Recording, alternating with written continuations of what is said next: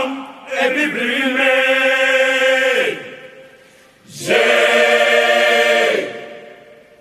Janum ebibrime. Sputnik from Russia, AstraZeneca, Johnson or Moderna, and we don't even know what they are because our bureaus of standardization don't know. If you ask the Ethiopian Bureau of Standards what they are asking us to be injected with, they do not know. They just believe it is a vaccine because the Americans have said so or because the Chinese have said so. Africa is weak, so that even this magnificent edifice, I suspect, has not been erected by Ethiopian engineers. When I see the signage in Chinese, I suspect it is the Chinese. That is how weak we are. That is the reality of our mother continent. It is because we are politically weak, we are economically weak, socially we are disorganized, culturally and spiritually we are confused. That is the continent in which we are today. And the question, therefore, what would we do continentally in terms of trade? In 1980, under the Lagos Plan of Action, and some of you have been ambassadors, some of you, you are now serving cabinet ministers, you will grapple with this on a daily basis. Under the Lagos Plan of Action, Africa sat down in Lagos and said, we are going to improve trade amongst ourselves. 1980, Lagos Plan of Action. Did we do it? No, we did not do it. We did not do it because the European Union was instead engaging us under the African Caribbean, the Lomé Convention of 1975, or the Cotonou Convention of 2000. Africa remains the only continent which is described as Anglophone. So in Kenya or Uganda, where possibly only 20% speak the English language, we are Anglophone. In French, former French colonies, they are Francophone. In former Portuguese colonies, they are Lusophone. In some Arab countries, they are Arabophone. That is who we are. So, when the OAU met in 2013, they asked the question, what happened to the Pan-African spirit? And when, therefore, they met in Sirte, in Libya, under the tutelage at that time of Muammar al-Gaddafi, it was resolved in 1999 that the OAU be renamed and be referred to as the African Union, and it was launched, as you know, in Durban, South Africa in the year 2000. But one of the most important things in the 2013 was the speech of the then chairman of the OAU Council, Nkosazana Dlamini Zuma, here in Addis Ababa in Ethiopia. And I want you to read that letter, which I'll paraphrase, in which she writes an imaginary letter to Kwame Nkrumah. He tells and apologizes to Kwame, telling Kwame, we apologize to you because we did not listen to you. We are weak because we did not listen to you. We are divided into 54, 55, depending on whether the Moroccans agree that Sahrawi is a country. Nobody cares about us. And brothers and sisters, if you want to know how weak we are, and we are weak Look at how we are treated. Last month,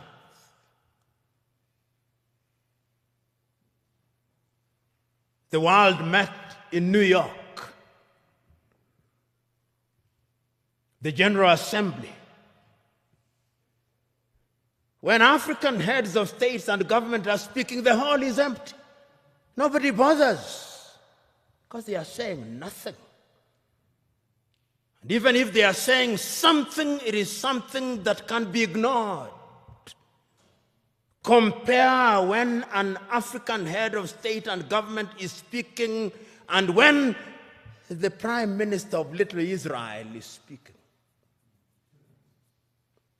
They will listen because we are weak and disunited.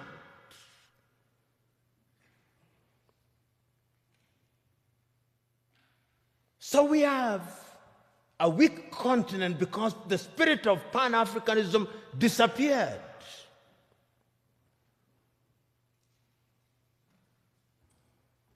So the question that we can ask, what is the state of Pan-Africanism as we speak today? The African Union, which is weak, says the right things and does the wrong things 9 out of 10 times.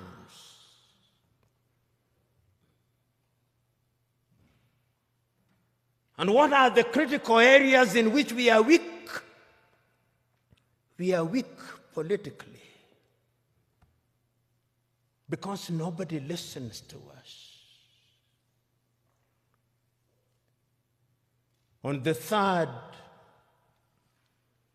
day of March, 1900, on the 6th day of March, 1997, Mwalimu Julius Kambarage of Tanzania, speaking in Accra, Ghana, on the occasion of the 40th anniversary of the independence of Ghana, said, the speech is entitled, "We Unite or We Perish." And Mwalimu says, I want to apologize to Kwame Nkrumah. Those of us who believed in gradualism were wrong. Nkrumah was right. But Nkrumah also did not appreciate the level of suspicion that existed amongst the leaders at that time. Our generation, he says, fought for the liberation of Africa.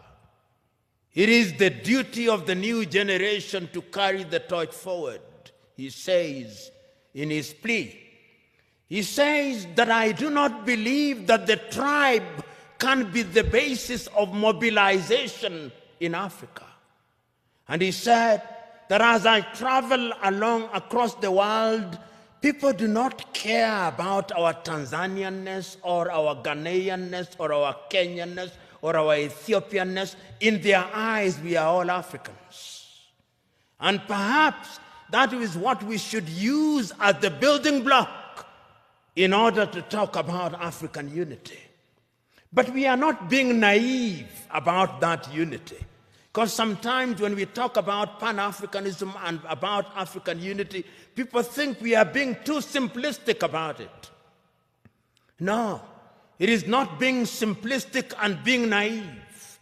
It is recognizing that as long as we remain the way we are, then Africa in the next 25 years will be recolonized. You know, what is the state of Africa as I speak now? What is the state of your continent as we speak now? Because of our disunity. Because when we are disunited, then it is good for Europe and America. Look at the state of your continent as I speak.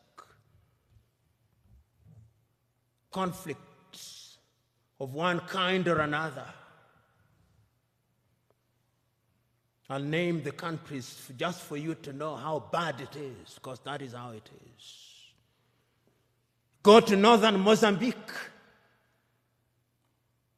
The gas that is there cannot be produced because there is conflict. Northern Mozambique. Go to Somalia, conflict. Here in your motherland, conflict. Go to South Sudan, conflict. Go to Sudan, conflict. Go to Libya, conflict. Go to Central African Republic, conflict. Go to the Democratic Republic of Congo, conflict. Go to Burkina Faso, conflict. Go to Mali, conflict. Go to Chad, conflict. Go to Niger, conflict. Go to Cameroon, conflict. Go to Nigeria, conflict. Do I go on? That is the state of the continent. So that even when we talk about intercontinental trade, you tell me, can you drive from Addis Ababa to Dakar in Senegal?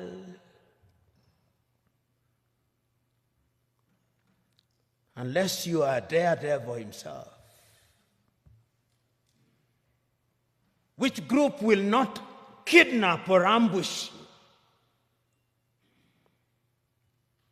That is the state of the continent because we are weak and disunited. I fly from Nairobi, Kenya for 1.5 hours. I come from the shilling zone. I go into the birr. 33 currencies in Africa. 33 currencies. None of which is used to conclude transactions anywhere.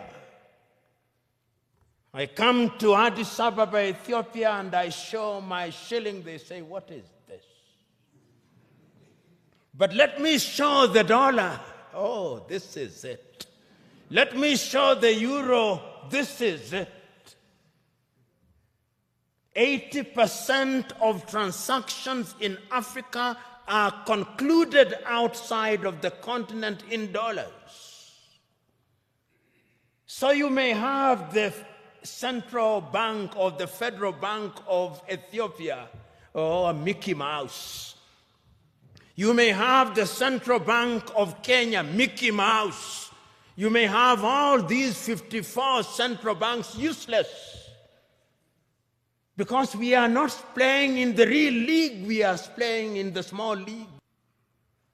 That is the state of the continent. So as you have the honor and privilege of serving in the government of Ethiopia, and as you think about integration, that is the continent in which you are now, weak. That is the state in which we are. I watched a woman from Nigeria who had been rescued from the Mediterranean around Lampedusa saying, I will not go back to Africa. Even if I die in the Mediterranean, I'll try again and again. What is it that can make a human being say that I do not want to go back to my home? Because the natural instinct of a human being should be that you want to go home. It's because we are weak. Let me conclude by looking at Africa in the future. What is the state of Pan-Africanism?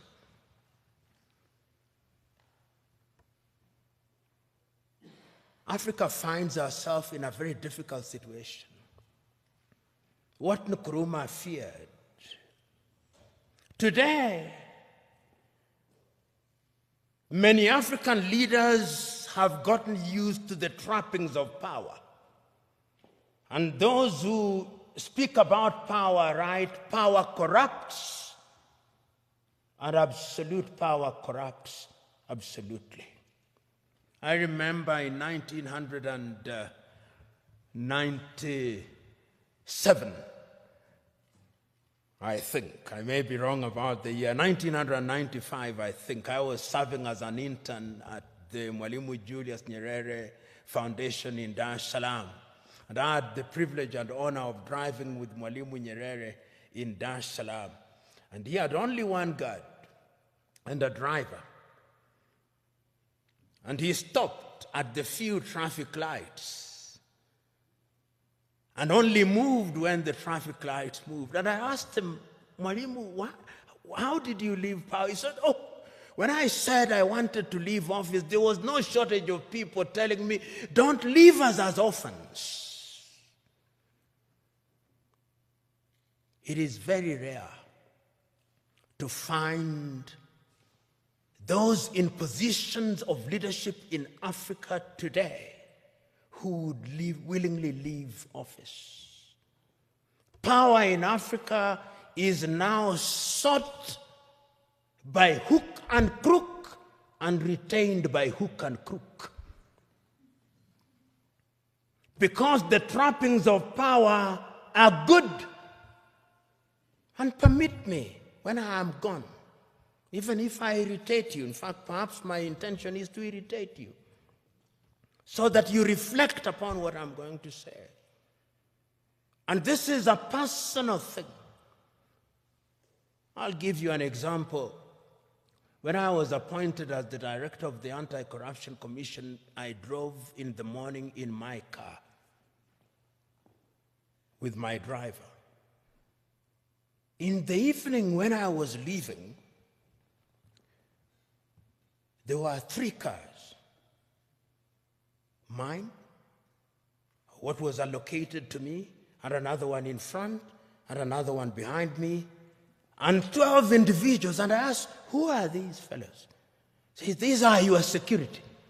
I said, I don't need my security. I don't need 2 cars, I only need 1 car. Because this thing you call security, this is spectacle. And throughout the period that I served, I had only 1 security and 1 car. And I say this because it is in the nature of power to make you use the things that you don't need. And once you get used to them, then without them, you feel empty and lonely. And you will find them. You will be told, and many of you will love them. They are good. When doors are open for you, they are good. When you occupy front seats, it is good. When you are addressed, Your Excellency, it is good. When you eat the best food, it is good. When you have security, it is good. But it can also dehumanize you. It can also monsterize you. I am asking you today that part of the problem of Africa is that we found human beings and we monsterize them. Writing in 1983, Nigeria's Chinua Achebe writes in a book which I commend to you, The Trouble with Nigeria, which could as well be the trouble with Africa. He says, the trouble with Nigeria is simply and squarely a problem of leadership. As we look at Africa today, I hope that this administration, which has now committed itself to the Pan-African movement, will think in that direction. And this brings me to what I think should be contemporary Pan-Africanism. If you look at the Treaty of the East African Community, the Treaty of the East African Community says that there shall first be a common market, then a common currency, and political federation, which ought to have happened in the year 2010. East Africa Community should have had its first president in 2010. That is now 21 years, 10 years later, there is no such thing. In ECOWAS, it ought to have been the same. In SADC, it ought to have been the same. I hope that with your population of 120 million, because Ethiopia is an economic powerhouse potentially. Potentially. You know, Pan-Africanism, the new Pan-Africanism must have an economic component of it. That is how I understand Africa Agenda 2063. Africa Agenda 2063 says that by the year 2063, Africa will have pulled up her people into a middle-level economy on 7 pillars, economically, politically, and otherwise. And the Africa Continental Free Trade Area suggests to me that we'll have broken all the tariff and non-tariff barriers. Will we be able to achieve those in the spirit of new Pan-Africanism? Will we have one currency? Will we have one passport? We have already said so under the Kigali Agreement that we are going to have one passport. Will we have one telephone code? We have 55 telephone codes. You move from Nairobi 254, you come here, you have another one, you go to Eritrea, you have another one. There is no connectivity in the 21st century. How can you be taken seriously? Those of you in the United States of America, you fly from Boston, Massachusetts to San Francisco in the West, 6 hours, 40 minutes, the code is 1. The tariff is 1. The COVID test is 1. I moved from Nairobi to Addis Ababa, COVID test. If I don't travel this evening, I'll be subjected to another COVID test. I go to Tanzania, COVID test. Uganda, COVID test. Your nose will begin debating with you. In the United States of America, you take one COVID test from Miami and you don't take it as you go to St. Louis in Missouri. I'm talking about very practical things. I come here and I have to go through an immigration. My passport has to be stamped. Somebody in the United States of America does not have to do that. Somebody in the European Union across 27 countries does not have to do that. In China, which is, of course, 1.4 billion, does not have to do that. Until we change all those things, we are going nowhere. So that we have only one telephone code, so that we have only one currency, so that we have only a single immigration, so that we eliminate all these armies. You know, you look at some African countries and they have an army, which complete with 5-star generals who have never even quelled a street riot, and they are generals. Your money goes into maintaining militaries, maintaining embassies that you don't need. You see why Africa is poor? All these 55 countries have embassies. If we were one, there would only be one ambassador for Africa in the United States of America. There would only be one army with regional policing. Am I being naive or simplistic? Yes, we can create a single Africa with a loose government. A confederal government, dealing only with foreign affairs and defense and monetary policy and general policy formulation, with different governance systems. That is the only way in which these narrow tribal instincts will be dampened.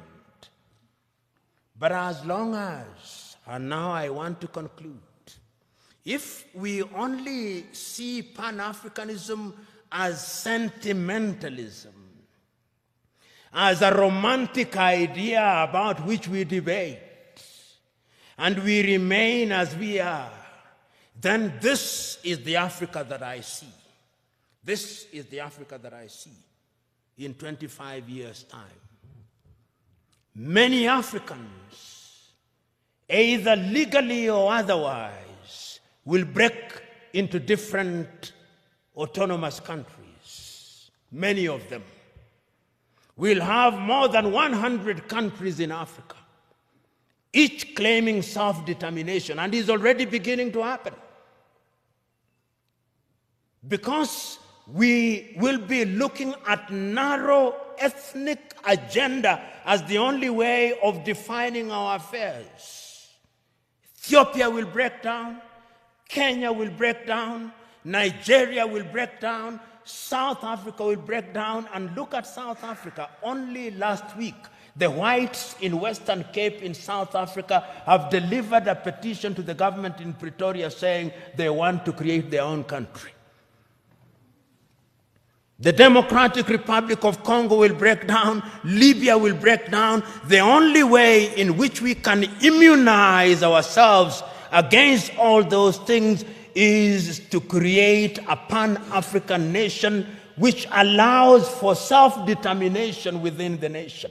And we must redefine terms such as self-determination. Self-determination must mean the ability of a people within a bigger unit to enjoy their culture, to enjoy their tradition, to speak their language. They do it on a smaller scale in Switzerland, those of you who are familiar with Switzerland. And we de-emphasize the presidency, we de-emphasize the prime minister's office. Pixley Kaisa Kaseme said, and I conclude with him, Africa is diverse. Some people say that because of our diversity, she cannot unite. She can. Because unity in diversity is possible if we understand what human beings need. In the nature of things, human beings need security. In the nature of things, human beings need food. Human beings need medical services. They need infrastructure. If you have a government that allows that, he said, then it reminds me of the piano.